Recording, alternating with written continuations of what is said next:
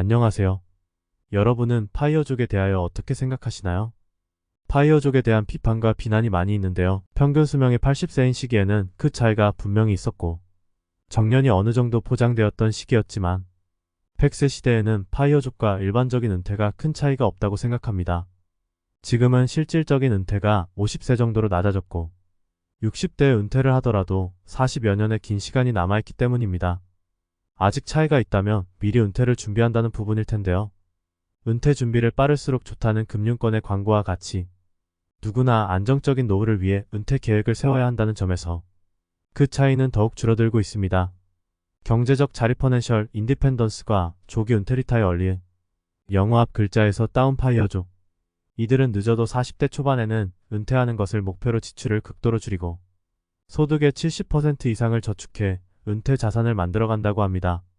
하고 싶지 않은 일에서 은퇴한 후 진짜 하고 싶은 일을 하며 살겠다는 꿈을 꾸죠. 2008년 글로벌 금융위기 이후 미국의 젊은 고학력 고소득 계층을 중심으로 확산되었습니다.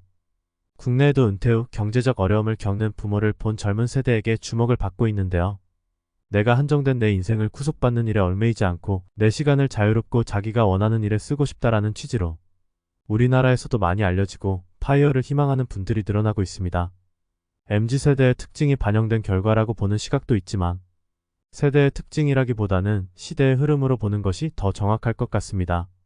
미국과 우리나라의 파이어족 특징을 비교해보면 미국은 정말 극단적으로 급여의 80%까지도 저축 및 투자를 하여 40대 초반까지는 은퇴를 하겠다는 목표를 갖는 경우가 많은데 우리나라의 경우에는 물론 아끼지만 소비는 적정한 수준에서 타협을 하고 투자나 소득을 어떻게 하면 더 늘릴 수 있을까에 중점을 두는 느낌입니다.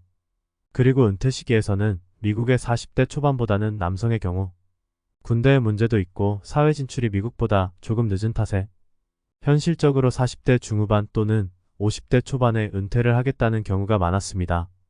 우리나라 2030대 설문조사에서도 희망하는 은퇴 시점을 50대 초반으로 답한 비율이 높았습니다. 이렇게 보면 미국 기준에서는 빠른 은퇴로 보기 어렵겠지만 100세 시대를 생각하면 파이어족이라고 볼 수도 있는 상황인데요. 그럼 우리나라 일반적인 은퇴와 비교해보면 어떨까요?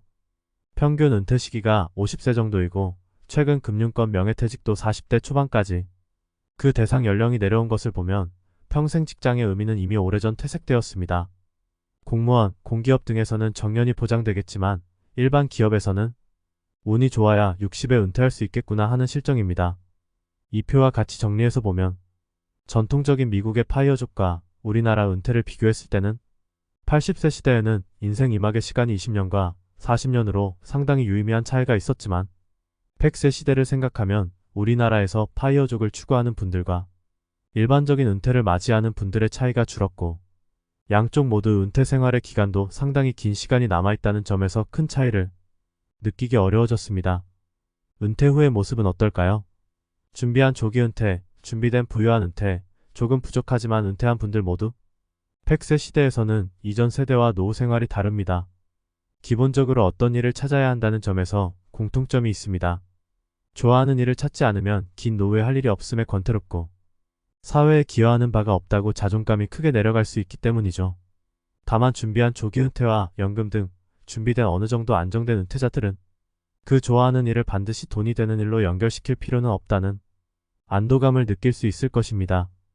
은퇴 자금이 부족한 것은 누구도 원하는 은퇴 생활이 아닐 것입니다. 행복한 인생 이막의 기본 조건은 금전적 자유가 선행되어야 할 텐데요. 이것은 각 개인의 주관적인 것으로 결국 내가 원하는 삶의 방식이 어느 정도의 자원을 요구하고 있고 그 방식을 이루기 위한 나의 준비가 어느 정도 되었는지에 대해서는 우리 모두 자문해 보아야 합니다. 은퇴라는 것은 단순한 산수 문제입니다. 다른 사람들은 나에게 무엇을 기대할까? 오래 일하는 것이 좋다고 했어. 어떻게든 정년까지 버텨야. 회사는 전쟁터, 밖은 지옥 등의 선입견을 버리면 은퇴 준비가 단순한 산수 문제였음을 이해할 수 있습니다. 여러분이 정의하는 은퇴는 무엇인가요? 조기 은퇴를 한 번쯤 생각해 보신 적이 있으신가요? 그럼에도 조기 은퇴는 생각보다 훨씬 어렵습니다. 한국 사회 특유의 집단주의 문화도 그렇고 가족 설득도 쉽지 않죠. 그리고 조기 은퇴가 마냥 좋은 것도 아닙니다. 단점도 많이 있지요.